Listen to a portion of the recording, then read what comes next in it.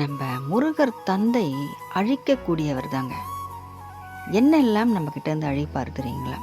நம்ம முருகர் தந்தையை வணங்க ஆரம்பிச்சிட்டாலே நமக்குள்ளே இருக்க அரக்க குணத்தை அழிச்சிடுவார். நமக்கு யார் என்ன கெடுதல் செய்தாலும் சரிங்க, அந்த கெடுதலை எல்லாம் அழிச்சிடுவார். நமக்கு கெடுதல் செய்யணும்னு வரக்கூடியவங்களுடைய எண்ணத்தை அழிச்சிடுவார்.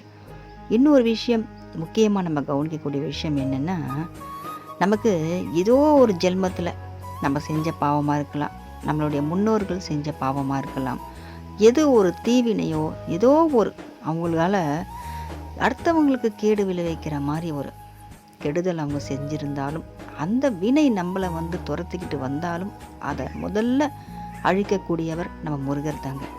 முருகரை நம்ம வணங்க ஆரம்பிச்சிட்டாலே நம்மளுடைய முன்வினை, இப்போ நம்ம நிகழ்காலத்தில் இருக்க வினை, யார் நமக்கு என்ன செஞ்சாலும் செய்வினை, நமக்கே அறியாத ஒரு நம்மக்கிட்ட இருக்க ஒரு குணம், தீய குணம், அது எதுவாக இருந்தாலும் அதை அழிக்கக்கூடியவர் நம்ம முருகர் தந்தை.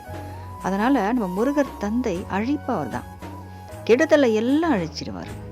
நம்ம ரொம்ப தூய்மையான உள்ளத்தில் நம்ம வசிக்கிறோம். இன்றைக்கி முருகர் தந்தையோட உள்ளத்தில் நம்ம வசிச்சிட்ருக்கோம். அவர் நம்ம நினைக்கிறோமோ இல்லையோ தெரியாது, ஆனால் அவர் நம்மளை நினைப்பார், நம்மளை நேசிப்பார். அவரோட அற்புதமான அந்த தூய்மையான உள்ளத்தில் நம்மளை குடி வச்சிருப்பார். அதனால் நம்மளும் அவரை முருகான்னு வணங்கும் போது, நம்ம ஆத்மார்த்தமாக அவரை உணரும் போது, நம்மக்கிட்ட இருக்க தீவினை எதுவாக இருந்தாலும் சரிங்க அழிச்சிடு வருங்க. எந்த கெட்ட நேரமாக இருக்கலாம், காலமாக இருக்கலாம், நமக்கு எழுதப்பட்ட தலையெழுத்தாக இருந்தாலும் சரி, அது கேடு விளைவிக்கிற ஒரு தலையெழுத்தாக இருந்தால் முருகனால் அழிக்கப்படும். நிச்சயமாக அழிச்சிடுவார். அதனால் முருகர் தந்தையை வணங்கக்கூடியவங்க எல்லாருமே பார்த்திங்கன்னா செழிப்பாக இருப்பாங்க.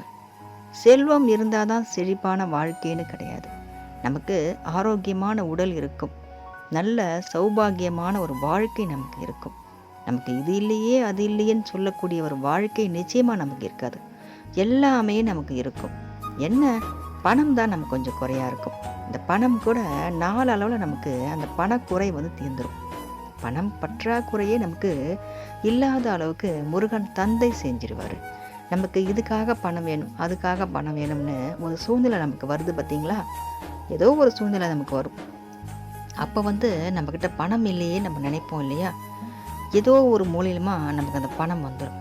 அது காசு நம்மளுடைய உழைப்பிலே நம்ம அதை செய்யக்கூடிய அளவுக்கு முருகர் செஞ்சிடுவார். நம்ம ஒரு ஏக்கமும் நமக்கு இருக்காது. பாரு, எங்கேயுமே நம்ம தலை நிமிர்ந்து நிற்போம். நமக்கு பின்னாடி தான் எல்லாரும் நிற்க வைப்பார். ஏன்னா நமக்கு முன்னாடி முருகரே நின்று இருப்பார்.